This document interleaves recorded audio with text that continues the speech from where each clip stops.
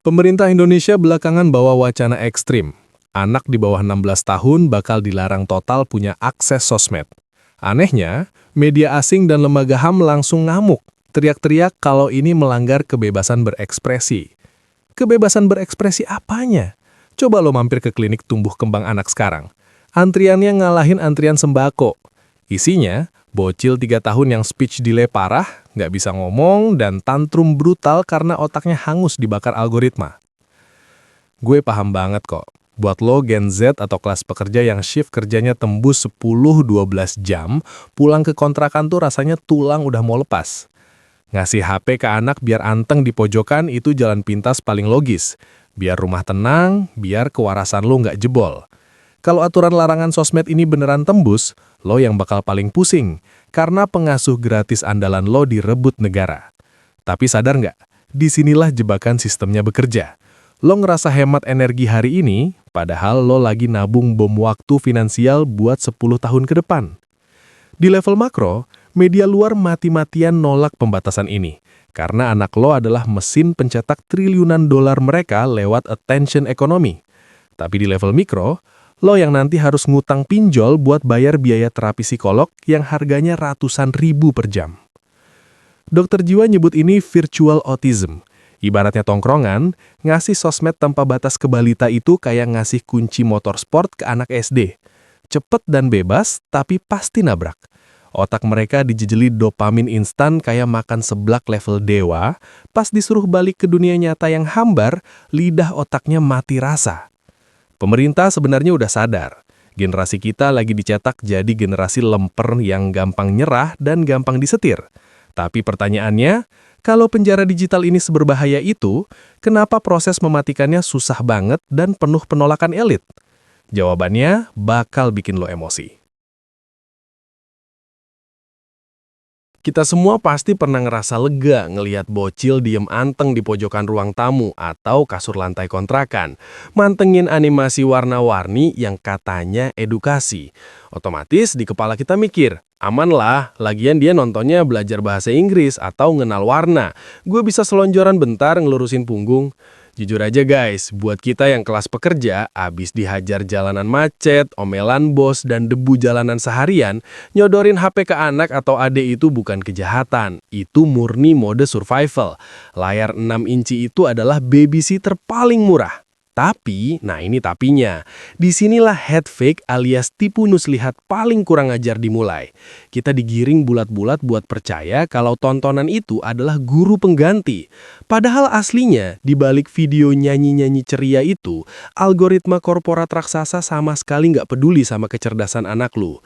Coba deh lu dengerin peringatan dari Tristan Harris, mantan desain etisis di Google. Dia ngebongkar habis-habisan kalau tontonan bocil di platform digital itu dirancang murni pakai mekanik slot machine alias mesin judi. Mereka nerapin psikologi intermittent variable rewards. Ribet ya bahasanya? Gini, biar membumi. Bayangin mekanik ini persis kayak lu lagi narik device pot atau AIO kesayangan lu di tongkrongan. Kalau lu isi cartridge itu pakai liquid yang tingkat manisnya over dan throat hitnya tajam, tarikan awalnya emang meledak gurih banget kan? Dopamin lu langsung naik ke ubun-ubun. Nah, video edukasi bocil itu ngasih tarikan visual yang sama berbahayanya. Transisi warna dipotong tajam tiap 2 detik, ledakan konfeti, suara melengking, dopamin anak lu meledak instan bertubi-tubi. Tapi masalahnya, bayangin kalau device pot lu dihajar chain vape atau ditarik terus-terusan tanpa jeda sedetik pun. Apa yang terjadi? Koilnya pasti cepet gosong kan? Rasanya jadi hambar, hangus, dan kebas. Otak bocil lu lagi digituin guys. Sirkuit saraf empatinya dipaksa overheating sampai gosong. Ujung-ujungnya mereka mati rasa sama kebahagiaan dan interaksi natural di dunia nyata. Karena udah terbiasa sama standar manis yang over. Terus kenapa kita biarin? Secara makro, tata kota dan sistem ekonomi negara kita emang nggak memihak rakyat kecil. Ruang publik atau taman gratis buat bocil main tanah udah digusur jadi beton dan area komersial eksklusif. Dampak mikronya, lapangan bermain paling aman dan gratis buat gaji pas-pasan kita, ya cuma nyisa di layar smartphone cicilan ini. Kita dikurung dari 2 arah. Para eksekutif raksasa teknologi itu panen triliunan dari waktu attention anak lu, sementara otak anak lu perlahan-lahan kebas jadi bom waktu yang nantinya bakal meledak menguras tabungan lu untuk biaya terapi. Tapi yang bikin ngeri, Kerusakan koil saraf ini baru tahap pemanasan, bro. Karena di balik layar itu, sistem ini diam-diam sedang membangun pabrik yang sengaja mencetak manusia-manusia bermental rapuh. Sebuah pabrik kebahagiaan palsu yang bikin mereka lembek dan bakal hancur lebur pas disuruh adu mekanik sama kerasnya dunia nyata. Sesuatu yang bakal kita bongkar habis-habisan di bab selanjutnya. sering nggak sih kita dengar orang tua atau abang-abangan dengan bangganya bilang, "Wih, adik gua anteng, tapi jago nih pusrengnya. Otak strateginya jalan banget, bro." Buat kita yang tiap hari kepalanya udah pusing mikirin cicilan motor atau kosan, ngelihat bocil sibuk sendiri dan gak rewel itu rasanya kayak dapat anugerah kan? Kelihatannya mereka lagi ngasah otak. Padahal guys, disinilah pabrik kebahagiaan palsu itu beroperasi. Insting survival atau daya juang asli mereka justru lagi dimatikan secara perlahan. Mari kita pinjam kacamata B.F. Skinner tentang teori operant conditioning, atau gampangnya sebut aja eksperimen Skinner Box. Biar membumi, analoginya gini. Lu tahu kan mekanik kalau lagi push rank semacam Magic Chess atau MOBA? Kalau lu menang, lu dipuja-puja, dapat gelar MVP, dapat title top global, dopamin meledak gila-gilaan. Tapi pas lu mainnya ampas dan kalah, sistemnya nggak ngehukum lu secara brutal. Lu dikasih point protection, bintang lu dijagain biar nggak turun, lu tetap dapat award hiburan. Tujuannya apa? Biar bocil-bocil ini nggak ngerasa sakit hati, nggak uninstall aplikasinya, dan terus terjebak di dalam kotak kasino digital itu. Mereka dikondisikan bahwa penderitaan itu nggak ada. Nah, sekarang coba proyeksikan mentalitas top global digital ini ke dunia nyata. Pas mereka udah masuk usia kerja dan harus adu mekanik sama kerasnya realita. Pas diomelin bos, pas kerjaan ditolak klien, pas wawancara kerja ditendang, nggak ada poin pelindung rank, nggak ada piala harapan 1. Otak mereka langsung error dan down parah. Makanya sekarang banyak banget fenomena kutu lancat. Baru sebulan kerja ngerasa kena mental, langsung resign balik ke kamar ngurung diri. Inilah lahirnya generasi lemper. Secara makro, ini bencana nasional. Negara butuh manusia yang tahan banting, problem solver, yang bisa naikin ekonomi. Tapi industri hiburan digital mengeruk triliunan dengan cara bikin mental SDM kita jadi lembek tak bertulang. Ironisnya, dampak mikronya lari ke dompet lo lagi. Uang hasil keringat lo yang UMR itu malah habis dipakai top up diamond dan beli skin demi ngasih ilusi prestasi buat adik atau anak lo. Kita yang berdarah-darah kerja kasar di jalanan, tapi korporat game yang duduk manis menikmati transferan dari hasil keringat kita. Dan coba tebak, kalau anak ini gedenya nyerah sama hidup, jadi pengangguran karena nggak kuat dimarahi bos, siapa yang harus ngasih mereka makan sampai tua? Lo guys, dompet lo yang jadi tumbal abadi. Ini bukan lagi perkara anak kecil yang rewel. Ini adalah wabah mati rasa berjamaah. Wabah hilangnya empati dan daya juang yang skalanya udah bikin negara ini merinding ketakutan. Saking mengerikannya bom waktu ini, pemerintah diam-diam lagi nyiapin satu aturan ekstrim yang bakal mengubah segalanya di ruang tamu kita. Sebuah regulasi yang bikin raksasa media asing ngamuk dan teriak-teriak soal pelanggaran hak asasi manusia. Kenapa mereka panik banget? Apa hubungannya sama dompet kita? Kita bongkar realita gilanya di bab selanjutnya. Ngaku aja guys, pas kita pulang kerja, badan udah mau rontok. Dengar anak diem mojok sambil natap layar itu rasanya damai banget kayak di surga. Sering banget tetangga atau temen ngomong, "Wah, anak lu penurut ya, anteng bener." Kita yang dompetnya lagi tipis, jelas bersyukur. Minimal nggak perlu keluar duit buat jajanin mainan aneh-aneh. Tapi disinilah head fake paling gelap terjadi. Bocil-bocil ini aslinya bukan penurut atau tiba-tiba jadi introvert. Saraf empati di otak mereka itu secara paksa lagi dimatiin. Mari kita pakai kacamata ahli. Ini sejalan sama teori digital demensia digital, yang dipopulerkan oleh psikiater dan neuroscience, Dr. Manfred Spitzer. Biar tongkrongan banget, logikanya gini. Bayangin, otak anak lu itu kayak laptop kentang yang RAM-nya cuma 4 GB, tapi dipaksa ngerender video 4K atau main Cyberpunk rata kanan. Layar HP yang transisi visualnya dipotong ribuan kali per menit, bikin otak mereka ngerender mati-matian. Sampai akhirnya memori penuh dan overheating. Akibatnya, begitu diajak interaksi di dunia nyata, entah lu suruh ngomong, diajak main fisik, atau ngelihat orang tuanya nangis kecapean, otak mereka buffering parah. Nge-lag bro. Ini bukan mitos. Inilah alasan utama kenapa kasus speech delay atau telat bicara di Indonesia meledak gila-gilaan. Otak mereka terlalu sibuk ngerender dunia digital, sampai lupa cara ngomong sama manusia asli. Dan coba lu pikir impact mikronya.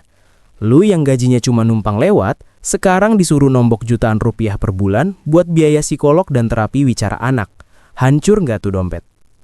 Saking daruratnya wabah mati rasa berjamaah ini, pemerintah akhirnya melek.